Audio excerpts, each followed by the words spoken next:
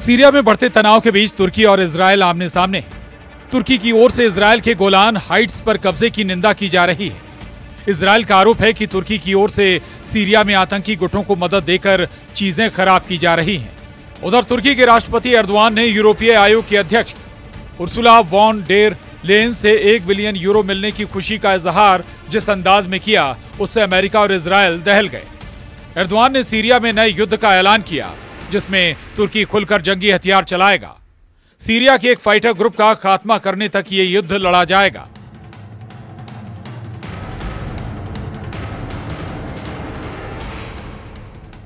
Islamic state समूह PKK, Kurdistan workers party और उनकी शाखाओं के खिलाफ लड़ाई हमारी बैठक में चर्चा किए गए मुद्दों में से एक थी।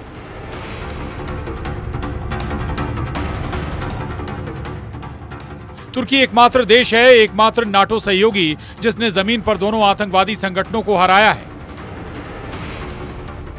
हम निश्चित रूप से इन संगठनों को बढ़ने नहीं देंगे।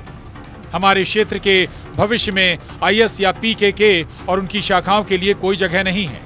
तुर्की ने जिस कुर्द फोर्स के सफाए का ऐलान किया है, वो सीरिया में अमेरिका की मददगार है। तो क्या बशर का तख्ता पलट एर्दोआन का ब्लंडर है? क्या इजरायल के जबड़े में फंस गया कमांडर जुलानी? सीरिया को रौंद रही इजरायल सेना आगे ही बढ़ती जा रही है।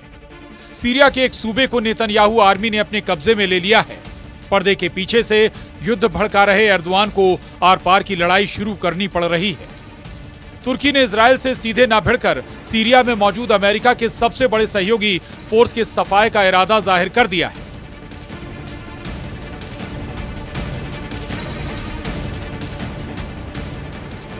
कमांडर जुलानी के फाइटर ने नई लड़ाई शुरू कर दी है।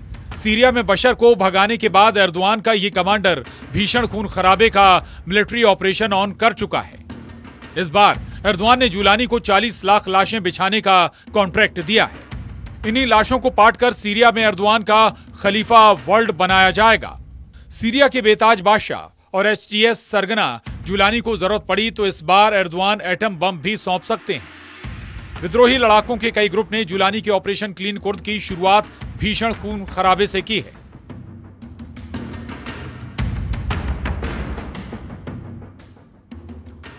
सीरिया और तुर्की बॉर्डर पर सैन्य हलचल तेज हो चुकी है। सीरिया के नक्शे पर नया वॉर जोन एक्टिव हुआ है। सीरिया तुर्की बॉर्डर पर सीरियन नेशनल आर्मी का कब्जा है। तुर्की समर्थित ये फाइटर ग्रुप सीरिया के कुर्द फाइटर के सबसे बड़े दुश्मन है। जहां पर SNA का कंट्रोल है, वहां तुर्की की मिलिट्री और हथियारों की जबरदस्त तैनाती का दावा किया गया है।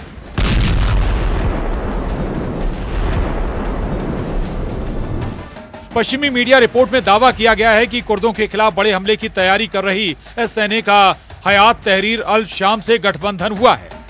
इस बीच रिपोर्ट्स हैं कि तुर्की ने सीमा पार करके कुर्दों के कंट्रोल वाले इलाके में हमला करने के लिए बड़े पैमाने पर सैनिकों और सैन्य उपकरणों को जमा किया है।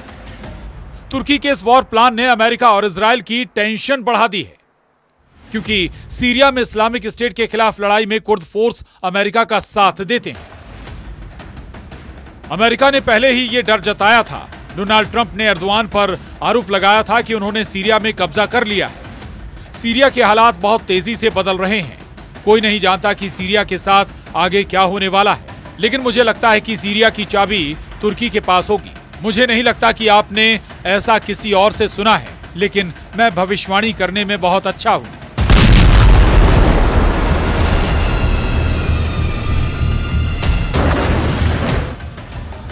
सीरिया में इजरायल और अमेरिका को झटका देने के लिए एर्दोआन ने कमांडर जुलानी को पूरी छूट दे रखी है।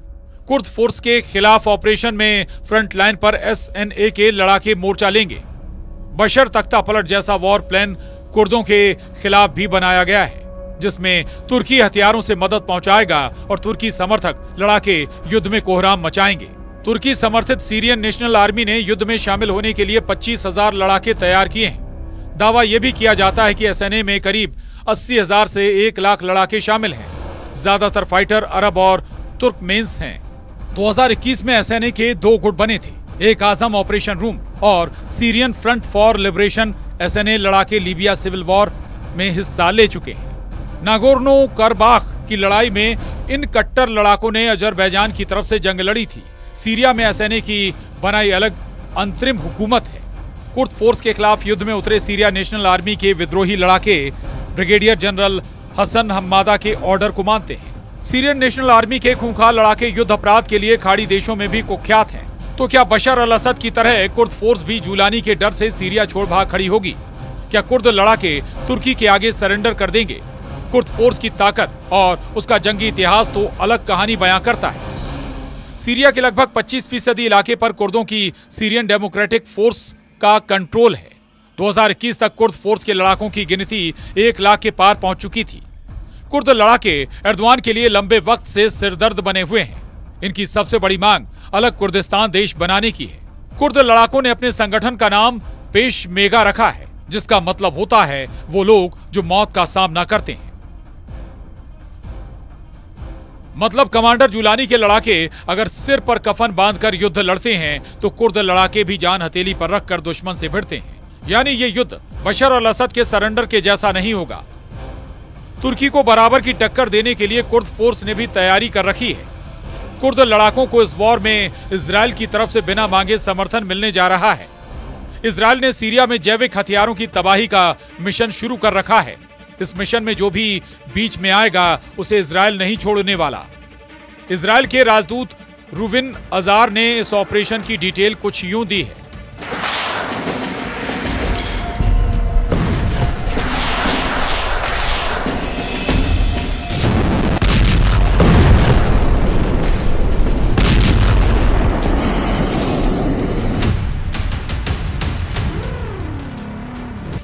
इसमें कोई संदेह नहीं कि सीरिया में कई कट्टरपंथी समूह हैं। सीरिया कई वर्षों से इजराइल के लिए खतरनाक रहा है, क्योंकि वो रासायनिक और जैविक हथियारों सहित सामूहिक विनाश के हथियार जमा करता रहा है। उन्होंने परमाणु कार्यक्रम करने की भी कोशिश की है। इसलिए इजराइल ने पिछले हफ्ते बहुत बड़ा उपकार किया है।